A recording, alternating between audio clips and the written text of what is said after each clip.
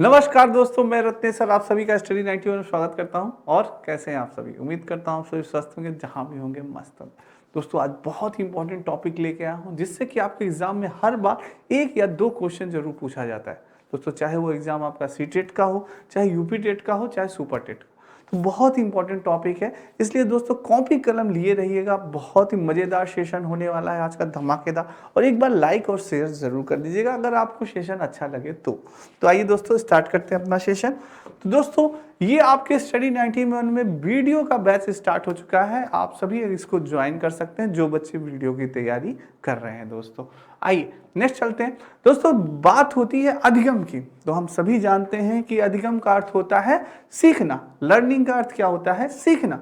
तो दोस्तों आज हम सीखेंगे कि अधिगम की जो प्रभावशाली विधियां होती हैं, जैसे खेल विधि, अंकुरण विधि, इन विधियों में हम क्या सीखते हैं, किस प्रकार से एक बालक सीखता है, तो इन सारी विधियों के बारे में दोस्तों हम आज चर्चा करेंगे। बहुत इंपॉर्टेंट है, इनसे हमेशा हमारे एग्जाम में क्वेश्चन पुटअप होते रहते हैं।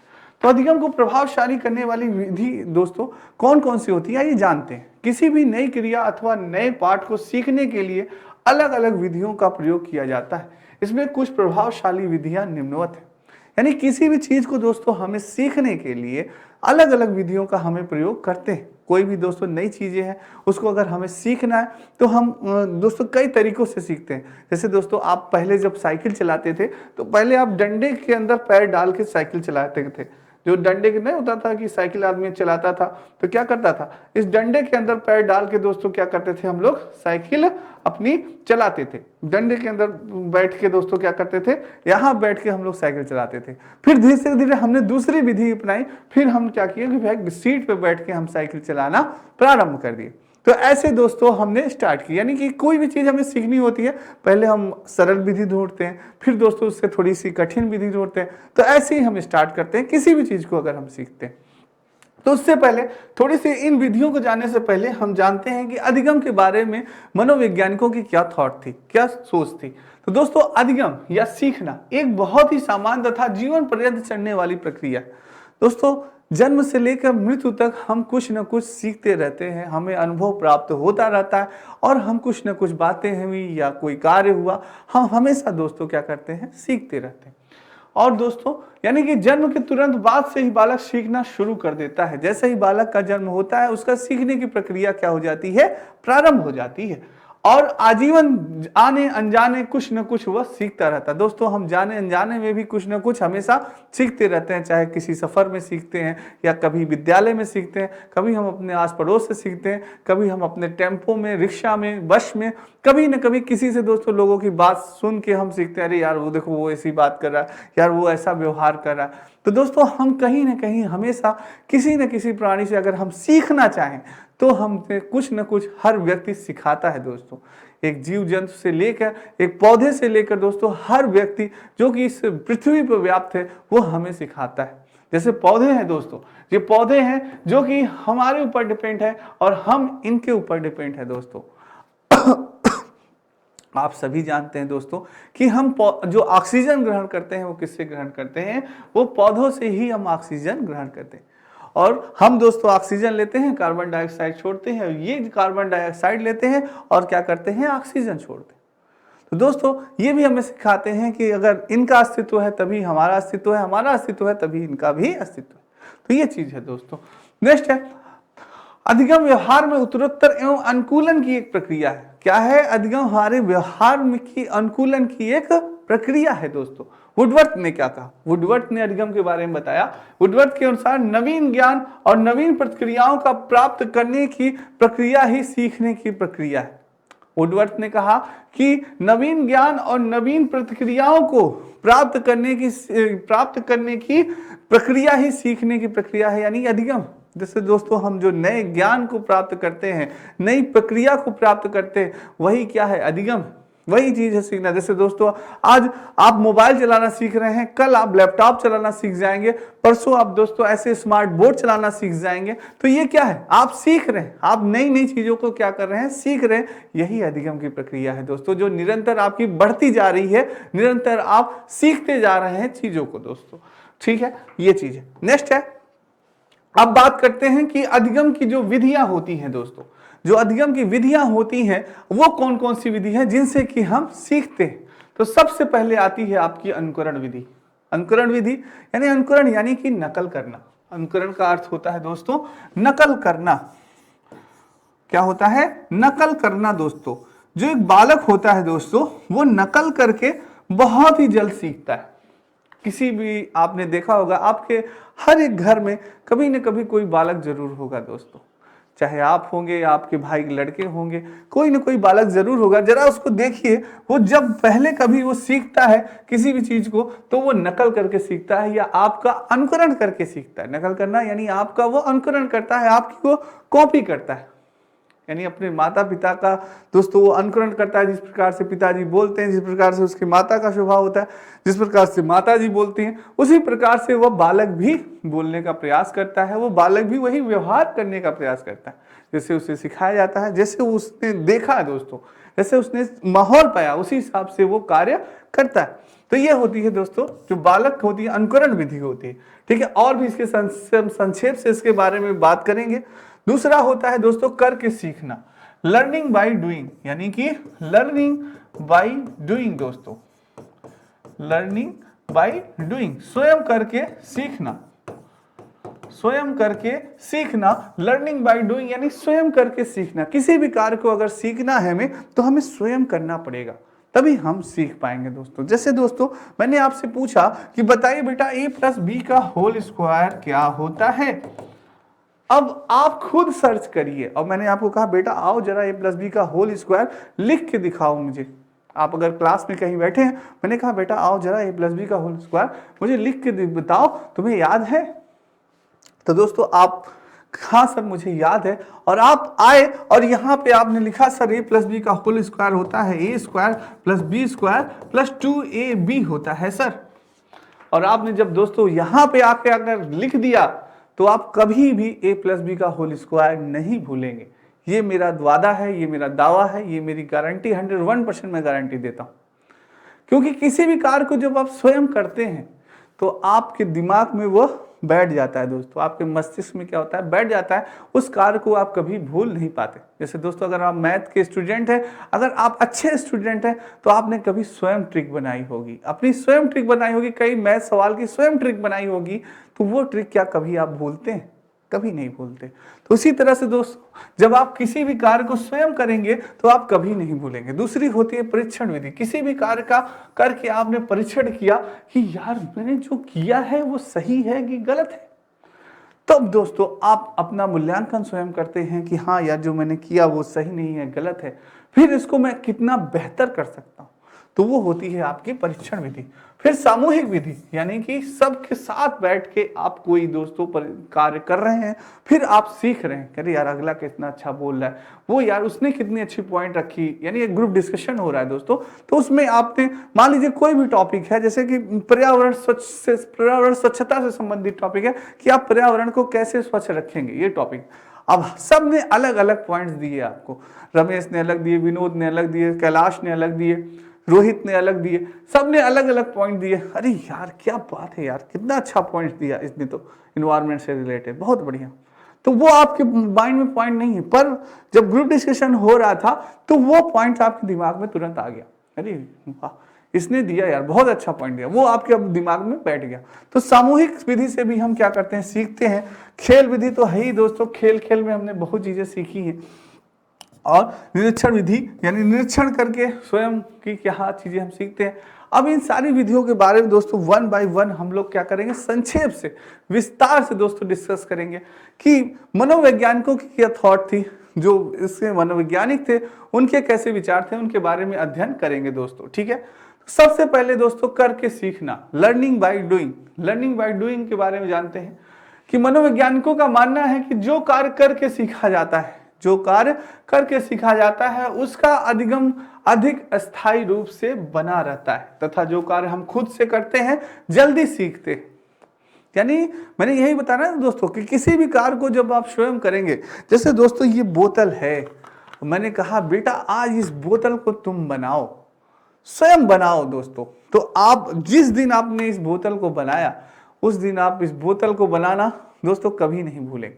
कहीं भी कोई भी व्यक्ति आपसे कहे कि इस बोतल को कैसे बनाया जाता है, आप बहुत अच्छे से एक्सप्लेन कर देंगे, भाई साहब ऐसे ऐसे इतनी प्लास्टिक लगती है, ऐसा इसको आकार देना पड़ता है, ऐसे ढक्कन लगता है, सारी चीज़ों को आप क्या करेंगे, बहुत अच्छे से एक्सप्लेन कर देंगे, क्योंकि आपने स्वयं उस बोतल को एक दिन बैठ के बनाया था दोस्तों। ठीक है, कोई डिजाइन है दोस्तों, कोई कलर है कि भाई चलो आज घड़ा बनाओ, तो आपने एक बहुत ही सुंदर घड़ा बनाया। मेरा सुंदर घड़ा नहीं है दोस्तों, आपने एक बहुत सुंदर घड़ा बनाया, गर्मी आ रही है, घड़े का पानी पिए, घड़ा बनाया आपने और कहा कि ये देखिए सर मैंने ये घड़ा बनाया, बहुत सुंदर घड़ा बनाया। और फिर कहीं भी आपको कहा जाए बेटा घड़ा बनाओ, तुरंत आप अच्छा सा घड़ा बनाएंगे, या क्योंकि आपने घड़े बनाने की प्रैक्टिस की हुई है दोस्तों। तो वही चीज है कि जो स्वयं कार्य करते हैं, खुद करते हैं हम, वह जल्दी सीख जाते हैं। डॉक्टर मैके ने क्या कहा, डॉक्टर मैके के अनुसार स्मृति का स्थान मस्तिष्क में नहीं वरन शरीर के अवयव में है। क्या कहा कि जो चीजें हम सीखते हैं, जो हमारे जो स्मृति का जो स्थान होता है वो हमारे मस्तिष्क में नहीं होता। डॉक्टर मैके के अनुसार, मैं नहीं कह रहा हूं दोस्तों, डॉक्टर मैके कह रहे हैं। डॉक्टर मैके ने कहा कि स्मृति का स्थान मस्तिष्क नहीं वरन शरीर के अवयव में है। यही कारण है कि हम करके सीखते हैं, यानी जिस चीजों को हम जो शरीर के अपने माध्यम के द्वारा करते हैं तो वो चीजें हम जल्दी सीखते हैं, हमारा मस्तिष्क जल्दी सीखता है। ये हमारे डॉक्टर मैके जी ने कहा। किसने कहा? हमारे डॉक्टर मैके जी ने कहा। आइए देखते हैं और क्या विचार थे। इस विधि की कुछ विशेषताएं होती हैं। क्या विशेषताएं होती हैं, यानी करके सीखने की विधि की क्या विशेषताएं होती है? निम्नलिखित विशेषताएं होती हैं। स्थायी अधिगम होता है। करके सीखने का दोस्तों क्या होता है, अधिगम कैसा होता है? स्थायी होता है। और यह अधिगम क्या होता है? रुचिपूर्ण अधिगम होता है। जिस कार्य को दोस्तों आप स्वयं कर रहे हैं तो उस कार्य को करने में आपकी रुचि कैसी होगी? बहुत अच्छी होगी। आपको स्वयं करना है तो रुचि, इंटरेस्ट होगा, यार आज तो मैं घड़ा बनाऊंगा, एकदम बढ़िया घड़ा बनाऊंगा, एक बढ़िया बोतल बनाऊंगा। तो वो चीज है आपके अंदर इंटरेस्ट है, यार आज आपको एक मोर बनाना है, एक पक्षी मोर बनाना है, अपना राष्ट्रीय पक्षी मोर बना दी। यार मोर तो मैं बहुत अच्छा बनाता हूँ, मैं बहुत अच्छा हूँ। तो आपका क्या इंटरेस्ट जगेगा जब आपने एक बार बनाया, फिर जब आपको दोबारा कहा गया वही चीज बनाने के लिए तो और इंटरेस्ट बनेगा, यार मैं तो आज बहुत अच्छा मोर बनाऊँ। वो चीज है। नेक्स्ट है बाल केंद्रित अधिगम। इसमें क्या होता है? बाल केंद्रित होता है। इसमें बालक के ऊपर सारी चीजें फोकस होती है, बालक के ऊपर सारी चीजें डिपेंड होती है कि बेटा जैसा करोगे तुम ही करोगे, जैसा मोर बनाओगे, टेढ़ा बनाओगे, सीधा बनाओगे, सुंदर बनाओगे, खराब बनाओगे, बालक ही बनाएगा। टीचर उस पर हेल्प नहीं करेगा, टीचर बस खड़ा होकर देखेगा, हाँ बेटा बनाते रहो, मोर की आंख बना रहे हो, मोर के पंख बना रहे हो, बहुत अच्छा बना रहे हो, चलो बहुत बढ़िया। बस टीचर का उसमें कोई सहयोग नहीं होगा। वो क्या होगा तो दोस्तों, यानी कि ये क्या होगा? बाल केंद्रित अधिगम होगा। बालक ही इसमें सारी चीजें करता है, यानी करके सीखने में। नेक्स्ट है मानसिक क्रियाशील अधिगम। दोस्तों प्रश्न कैसे बनेगा अभी मैं आपको बताता हूं कि प्रश्न कैसे बनता है, हमारे एग्जाम में कैसे प्रश्न पूछेगा ये भी जान। मानसिक क्रियाशील अधिगम ये क्या होता है? मानसिक क्रियाशील अधिगम होता है इसमें जो बालक सीखता है उसकी सारी मानसिक क्रियाएं दोस्तों कार्य करती हैं। मोर बना रहा है, यार ऐसे चोंच होनी चाहिए, यार ऐसे उसका वो होना चाहिए, ऐसे उसकी सुंदर आंखें होनी चाहिए, यार मोर के ऊपर देखो, हमने देखा है मोर के ऊपर ऐसे वो होते हैं और भी अच्छे, ऐसे गर्दन होने, ऐसे उसके पंख होते हैं। तो ऐसे दोस्तों आप बहुत ही अच्छे ढंग से, कई ढंग से दोस्तों कई चीजें सोचते हैं, यानी अपने दिमाग में क्या लाते हैं, विचार लाते हैं कि मोर, यार आप इसमें अपने माइंड में सोच रहे हैं यार मोर कैसा होता है, ऐसे उसके पंख होते, ऊपर ऐसे होते हैं, ऐसे उसमें धब्बेदार ऐसे पैसे की तरह ऐसे ऐसे बने होते हैं दोस्तों, ऐसे ऐसे उसके बने होते हैं ना, ऐसे धब्बेदार बना होता है, ऐसे ऐसे ऐसे ऐसे ऐसे ऐसे बना रहता है। मेरा मोर अच्छा नहीं बनना है, आप लोग और अच्छा बना लीजिएगा। तो ऐसे ऐसे बना होता है। तो ये चीज आप मन में अपनी मानसिक क्रियाओं की विधि के द्वारा क्या कर रहे हैं? आप सोच रहे हैं कि कैसे बन रहा। तो इसमें आपका माइंड बहुत ज्यादा एक्सरसाइज कर रहा है, बहुत ज्यादा वर्क कर रहा है। तो क्या होगा? तेज होगा दोस्तों। ठीक है। और वैज्ञानिकता का भी विकास होगा, वैज्ञानिकता का भी विकास होगा, चीजों को जाने के लिए, यार ऐसे बनता है मोर, अरे वाह ऐसा कलर होता है मोर का, कैसे होता हो, तो वो चीज भी उसके बारे में आप खोज करेंगे। अब आइए जानते हैं। और ये अस्थायी अधिगम होता है। क्या होता है? स्थायी होता है। जो चीजें हमें याद हो जाती हैं वो चीजें हम कभी भूलते नहीं हैं, यानी स्थायी होता है दोस्तों। तो अब प्रश्न कैसे बनेगा? अब इंपॉर्टेंट चीज है जानने की कि सर आखिर प्रश्न कैसे बनेगा। दोस्तों आपसे पूछेगा कि अधिगम की किस विधि में हमारा ज्ञान अस्थायी होता है? तो कौन सी विधि है? करके सीखने की विधि। कौन सी विधि? करके सीखने की विधि। किस विधि में बाल केंद्रित होता है? अधिगम बाल केंद्रित होता है तो वह विधि है करके सीखना। किस विधि में बालक रुचिपूर्ण ध्यान लगाता है तो वो है दोस्तों करके सीखना। किस विधि में मानसिक क्रियाशील अधिगम कार्य अधिक करती है तो वो क्या है करके सीखना। तो ये चीज है। कई ऑप्शन आपके अनुकरण विधि हो गया, वो होगा, कई विधि होगी, तो कई ऑप्शन दिया होगा, उसी में करके सीखना भी होगा, तो आपका ऑप्शन क्या होगा करके सीखना होगा। तो ये चीज है, विशेषताओं को ध्यान रखिएगा। ठीक है, नेक्स्ट चलते हैं दोस्तों। ये दोस्तों आपके यूपी टेट का दोस्तों ये पुस्तक है, आ चुकी है मात्र 249 रुपये, और ये हिंदी विजुअल का नया बैच।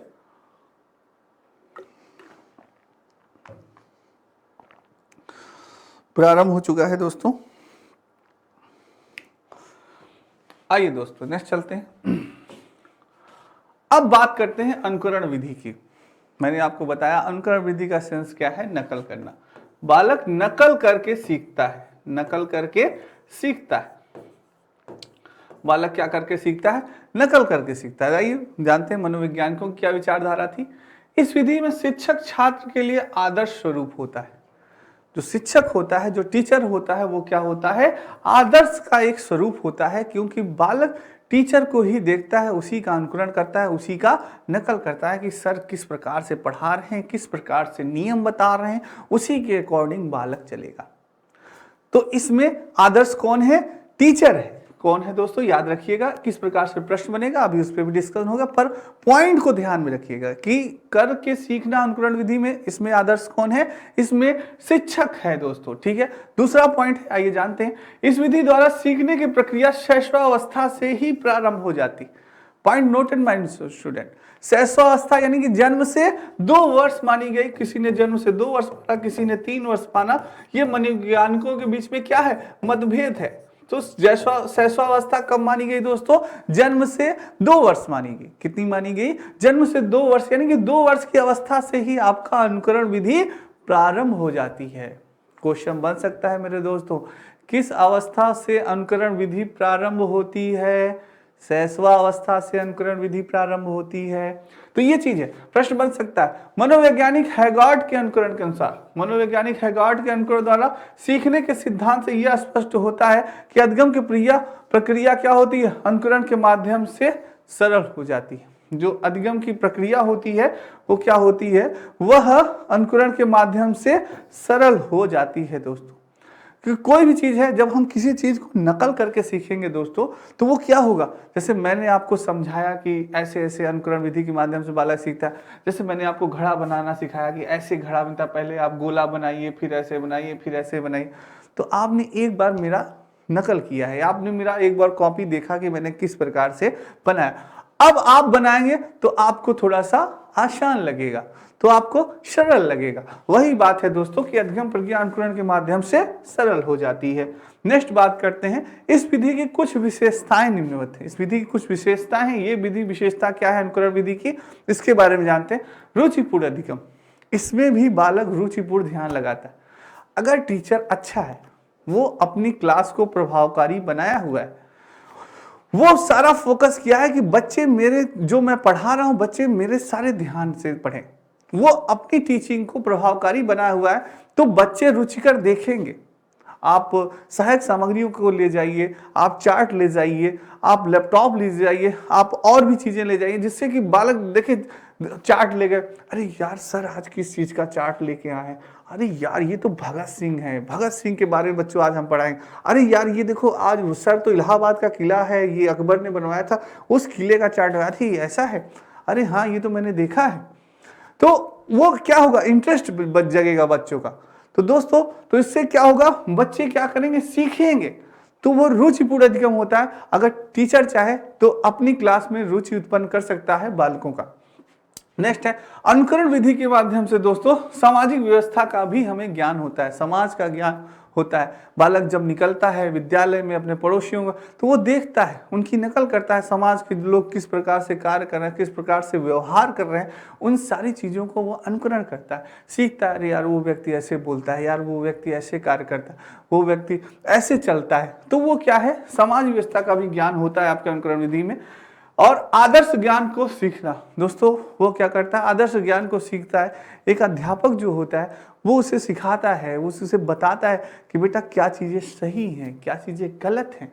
तो क्या होता है, आदर्श ज्ञान का भी होता है। और क्रिया के प्रति उसका क्या होता है, विश्वास होता है कि कोई भी क्रिया है, जैसे मैंने आपको बताया कि बेटा इस प्रकार से घड़ा बनता है, इस प्रकार से मोर बनता है, इस प्रकार से इस सवाल का आंसर आता है, ये नियम आप लगाओगे बेटा तो ये सवाल आपका हल हो जाएगा। तो वो आपका विश्वास बना कि यार ये रूल हम लगाएंगे तो जरूर इस सवाल का हल हो जाएगा। तो वो क्या हुआ, आपको क्रिया के प्रति आपका क्या हुआ, विश्वास जटिल हुआ, क्रिया के प्रति आपका विश्वास जटिल हुआ। यही आपकी क्या है दोस्तों, अनुकरण विधि है। तो आपसे पूछा जा सकता है कि किस विधि में क्रिया का विश्वास, क्रिया के प्रति विश्वास जटिल होता है, वो कौन सी विधि है, अनुकरण विधि। किस विधि में दोस्तों सामाजिक व्यवस्था का ज्ञान होता है, तो वह विधि कौन सी है, वह विधि है अनुकरण विधि। किस विधि में आदर्श ज्ञान को हम सीखते हैं, तो वह कौन सी विधि है, वह विधि है अनुकरण विधि। ये चीज है दोस्तों, ठीक है। नेक्स्ट है दोस्तों, ये आपके वीडियो का ग्राम विकास अधिकारी का नया बैच प्रारंभ हो चुका है, महाबचत ऑफर, आप ज्वाइन कर सकते हैं।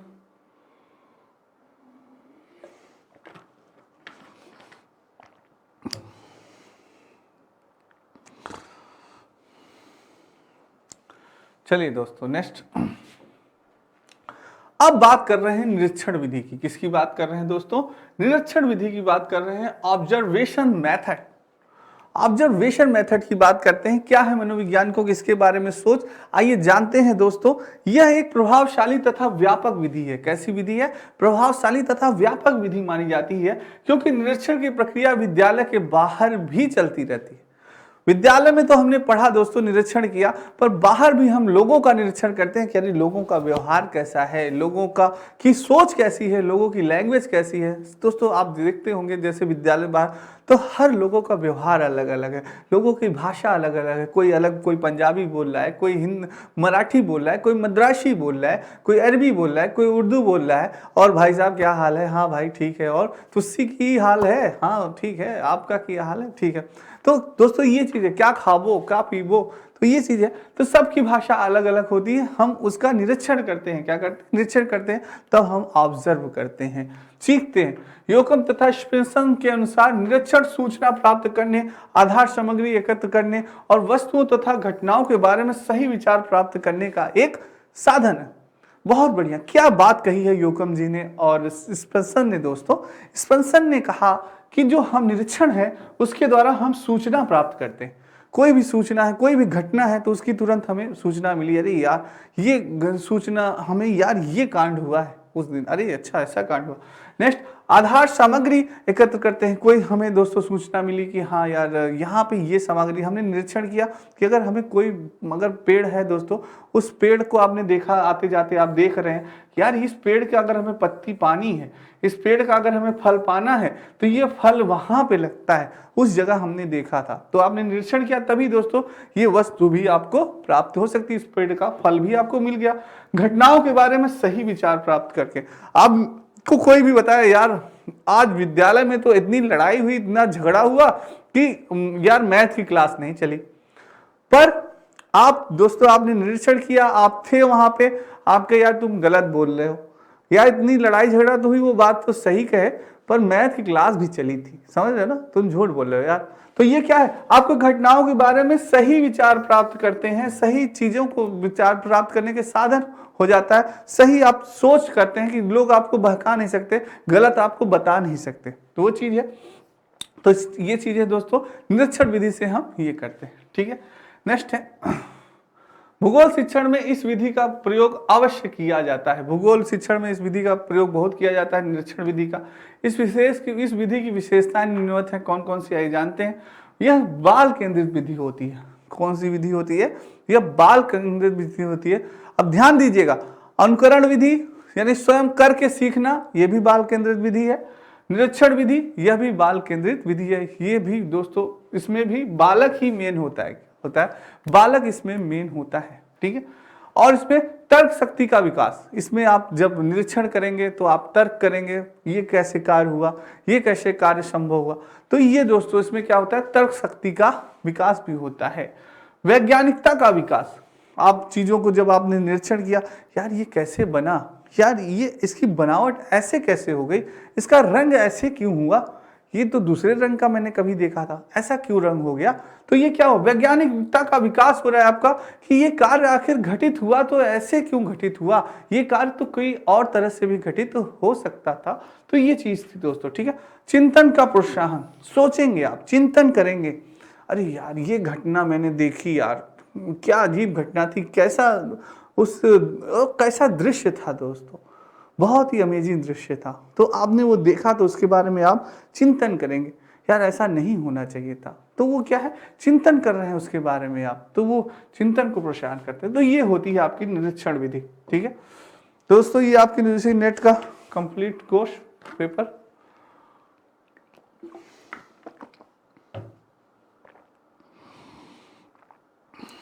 आइए टेस्ट चलते हैं। अब बात कर रहे हैं दोस्तों परीक्षण विधि की, यानी कि हम अगर परीक्षण विधि की बात करें तो दोस्तों परीक्षण विधि की बात करें तो इस विधि के माध्यम से, परीक्षण के माध्यम से किसी भी सिद्धांत की सत्यता का मापन करते हैं। परीक्षण विधि से हम क्या करते हैं, किसी भी सिद्धांत की सत्यता का पता लगता है, किसी भी सिद्धांत के किसी भी चीज के बारे में हमें सत्यता का पता चलता है, किससे, परीक्षण करने से। हम क्या करते हैं, जब एक्सपेरिमेंट करते हैं दोस्तों, क्या करते हैं, एक्सपेरिमेंट करते हैं, परीक्षण करते हैं, तब हमें उसे सत्यता का पता चलता है। परीक्षण के माध्यम से बालक नई बातों की खोज कर सकता है, यानी परीक्षण के माध्यम से बालक क्या करता है, नई चीजों का खोज सकता है। अच्छा यार ऐसे नहीं, ऐसे भी इसको किया जा सकता है, अरे वाह क्या बात है। तो ये चीज नई खोज, इस विधि कुछ विशेषताएं निम्नवत है, जानते हैं क्या है इस विशेषताएं दोस्तों, स्व अनुभव पर आधारित, यानी ये क्या होते हैं, स्वयं अनुभव प्राप्त करता है। जब परीक्षण करेगा कोई भी बालक, जब स्वयं किसी भी चीज का परीक्षण करेगा तो वो स्वयं अनुभव करेगा, यार इसमें पानी है, जैसे कह दूं यार इस बोतल में 10 लीटर पानी आता है, आप क्या कह रहे भैया मैंने परीक्षण किया इसमें 1 ही लीटर पानी आ रहा, आप कह रहे हैं 10 लीटर आएगा, संभव ही नहीं है 10 लीटर। हाँ तो ये चीज है, क्योंकि आपको परीक्षण किया आपने, अरे यार इस बोतल में पानी 2 घंटे तक ठंडा रहता है, पर आपने देखा, आपने इस बोतल को लिया, आपने परीक्षण किया कि यार इस तो आधे घंटे भी नहीं ठंडा रहता है, आप कैसे कह रहे हैं कि 2 घंटे ठंडा रहता है। तो ये आपने परीक्षण किया तो आपको सत्यता का पता चला, स्वयं अनुभव पे आधारित आपने अनुभव किया, आपको सत्यता का पता चला। तो किससे, परीक्षण विधि के माध्यम से। सार्थक ज्ञान का आपको पता चला कि जो आपने कहा भैया कि बोतल में 4 घंटा है, नहीं 1 घंटा मुश्किल से ठंडा रहता है, 4 घंटा नहीं, आपको सार्थक सही ज्ञान का आपको पता चला। क्रियाशीलता, आपने क्रियाशील किया दोस्तों, इसका पता किया, बोतल को लिया, अपने पानी भरा, इसमें देखा कि कितनी देर ये ठंडा रहा, तो ये क्या है, क्रियाशील हुआ आपका, क्रियाशील पूर्वक कार्य किया आपने, तो क्रियाशीलता आती है। और चिंतन का विकास हुआ आपका, चिंतन का विकास हुआ कि हाँ यार इस बोतल में 1 घंटा होता है, ज्यादा नहीं हो सकता, तो ये आपने चिंतन किया, इसके बारे में सोचा। तो ये चीज है दोस्तों, परीक्षण विधि भी आपके लिए बहुत इंपॉर्टेंट है। तो परीक्षण विधि में आपसे प्रश्न पूछा जा सकता है कि चिंतन का विकास किस विधि में होता है, परीक्षण विषय में, किस विधि में आप स्वयं अनुभव पर आधारित होते हैं, परीक्षण विधि में, किस विधि में आप क्रियाशीलता का ज्ञान होता है, परीक्षण विधि में। ठीक है दोस्तों, तो दोस्तों ये आपके नितिन सर की नोट्स है। आज की क्लास आपको कैसी लगी जरूर बताइएगा। ये नितिन सर की स्टडी 90 में भी नोट्स हैं सारी, आप सभी ले सकते हैं दोस्तों। तो दोस्तों आज के लिए इतना ही, कल फिर मिलेंगे बहुत इंपॉर्टेंट टॉपिक के साथ। तब तक मेरे सभी बच्चों को राधे राधे, जय श्री कृष्ण और जय हिंद दोस्तों।